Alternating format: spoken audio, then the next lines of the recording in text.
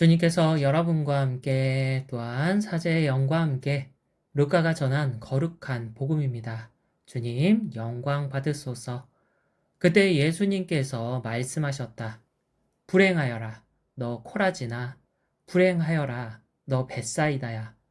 너희에게 일어난 기적들이 티로와 시돈에서 일어났더라면 그들은 벌써 자루옷을 입고 죄를 뒤집어 쓰고 앉아 회개하였을 것이다. 그러니 심판 때에 티로와 시돈이 너희보다 견디기 쉬울 것이다. 그리고 너 카파르나우마, 내가 하늘까지 오를성 싶으냐? 저승까지 떨어질 것이다. 너희 말을 듣는 이는 내 말을 듣는 사람이고 너희를 물리치는 자는 나를 물리치는 사람이며 나를 물리치는 자는 나를 보내신 분을 물리치는 사람이다. 주님의 말씀입니다. 그리스도님 찬미합니다. 찬미 예수님, 신자분들께 질문 하나 드릴게요. 여러분의 삶에 기적이 일어난 적이 혹시 있으신가요? 있다 하시는 분 손 한번 들어보실게요. 그럼 없다 하시는 분 손 한번 들어볼게요. 둘 다 아니신 분은 뭔가요?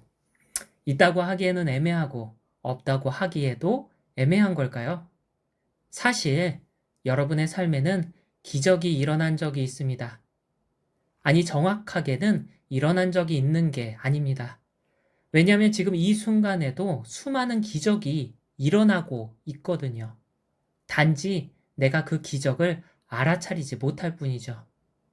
그래서 주님을 구원자로 믿지 못할 때가 종종 있습니다. 오늘 복음 속 코라진과 벳사이다 사람들처럼.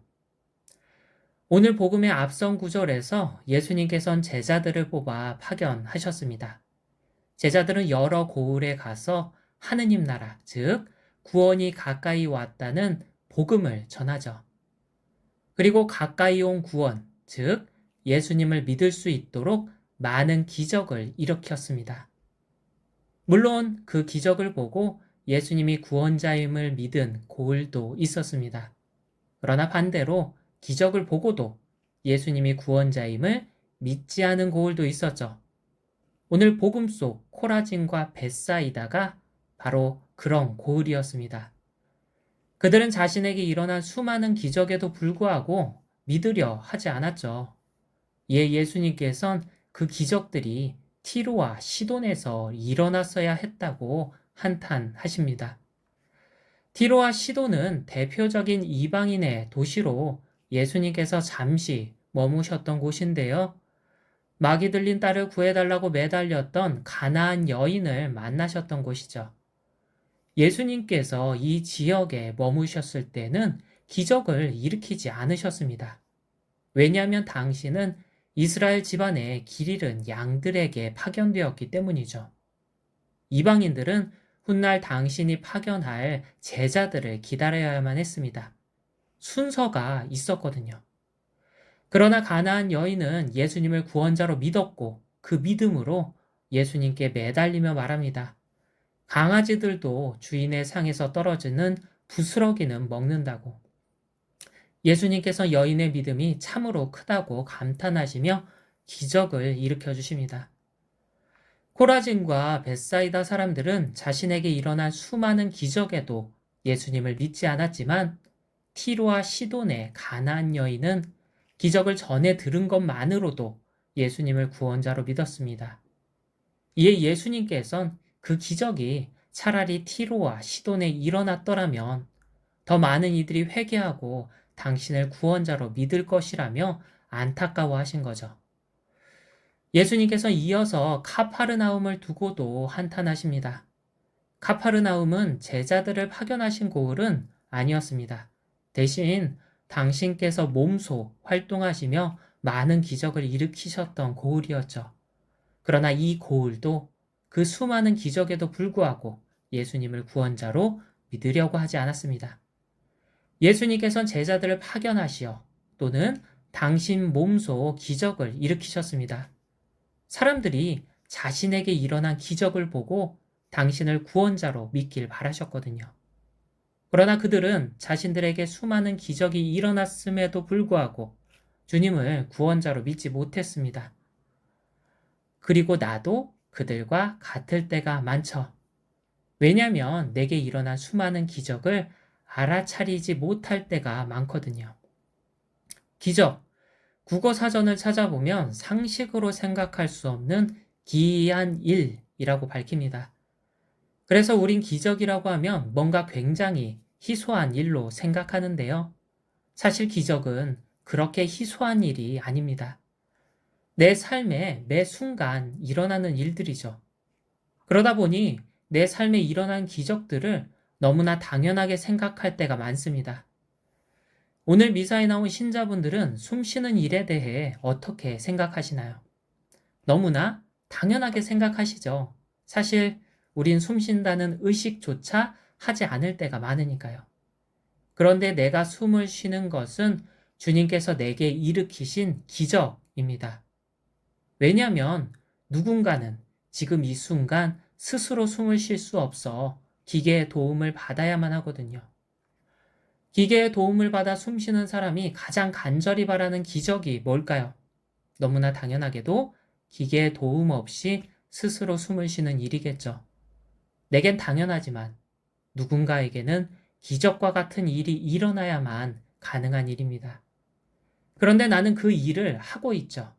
그러니 숨 쉰다는 것은 기적과 같은 일입니다. 중풍으로 누워있는 사람에게는 움직이는 일이 기적과 같은 일이고, 눈이 먼 사람에게는 보는 일이 기적과 같은 일이며, 듣지 못하는 사람에게는 듣는 일이 기적과 같은 일입니다. 내가 당연하게 생각하는 수많은 일들이 누군가에게는 기적이나 일어나야 가능하죠. 주님께서는 지금도 내가 움직이고 보고 들으며 숨 쉴 수 있도록 기적을 일으키고 계십니다. 왜 그런 기적을 일으키고 계실까요? 제자들을 파견해 기적을 일으키신 것과 같은 이유겠죠. 내가 가까이 온 구원, 즉, 내 마음에 머물러 계신 주님을 구원자로 믿길 바라기 때문입니다. 그래서 오늘도 주님은 내 마음속에 머물며 수많은 기적을 일으키고 계십니다. 내 마음속에서 그저 쉬면서 놀고 계신 게 아닌 거죠. 그런데 나는 내게 베풀어진 수많은 기적을 보고 주님을 믿을까요? 구원자이신 주님이 내 안에 머물러 계시며 수많은 기적을 일으키시며 나를 구원하고 계신다는 사실을. 아니요, 믿지 않습니다. 왜냐하면 악마가 내게 찾아와 시선을 돌리거든요. 주님께서 내게 일으켜 주신 수많은 기적이 아니라 내가 바라지만 일으켜 주시지 않은 한 가지 기적으로 내 시선을 돌리죠. 그때 우린 주님을 믿지 못합니다. 내 눈엔 일으켜 주시지 않은 한 가지 기적만 보이거든요. 그때 나는 주님이 내 안에 계심을 믿지 못하고 나를 구원하고 계신다는 사실도 믿지 못합니다. 그래서 슬퍼하죠. 주님께서 일으키신 수많은 기적을 두고 기뻐하며 감사하는 게 아니라 오히려 그 반대로 주님께서 일으켜 주시지 않은 한 가지 기적을 두고 슬퍼하며 주님을 원망합니다. 어떻게 해야 할까요? 주님의 이름을 외우며 내게 찾아온 악마를 쫓아내야 하죠. 주 예수 그리스도님, 저에게 자비를 베푸소서를 반복해서 외우는 겁니다. 그때 비로소 내 눈은 주님께서 일으키신 수많은 기적을 바라볼 수 있습니다. 그렇게 기적을 바라보았을 때 우린 그 놀라운 기적을 두고 기뻐하며 감사할 수 있죠. 그러니 내가 바라지만 일으켜 주시지 않은 기적으로 슬퍼하고 있다면 확인해야 합니다. 주님께서 내게 일으켜 주신 수많은 기적을 보고 기뻐하고 있는지, 혹시 주님께서 내게 일으켜 주시지 않은 한 가지 기적을 보고 슬퍼하고 있진 않은지. 악마는 지금 이 순간에도 내 시선을 돌려 나를 슬퍼하게 만듭니다. 그러니 주님의 이름을 외우며 내게 찾아온 악마를 쫓아내면 좋겠습니다. 주님께서는 지금 이 순간에도 내 마음 안에 머물며 수많은 기적을 일으키고 계십니다. 나를 구원하시기 위해서죠. 그러니 그저 내가 시선을 돌려, 즉 회개하여 그 기적을 바라보기만 하면 됩니다. 그 순간 내 삶은 기쁨과 감사로 가득 찹니다. 내 삶에 그 무엇 하나 바뀌지 않았더라도. 오늘 예수님께서 베풀어지지 않은 기적으로 주님을 원망하는 내게 말씀하십니다. 너희에게 일어난 기적들이 티로와 시돈에서 일어났더라면 그들은 벌써 자루옷을 입고 재를 뒤집어 쓰고 앉아 회개하였을 것이다. 아멘.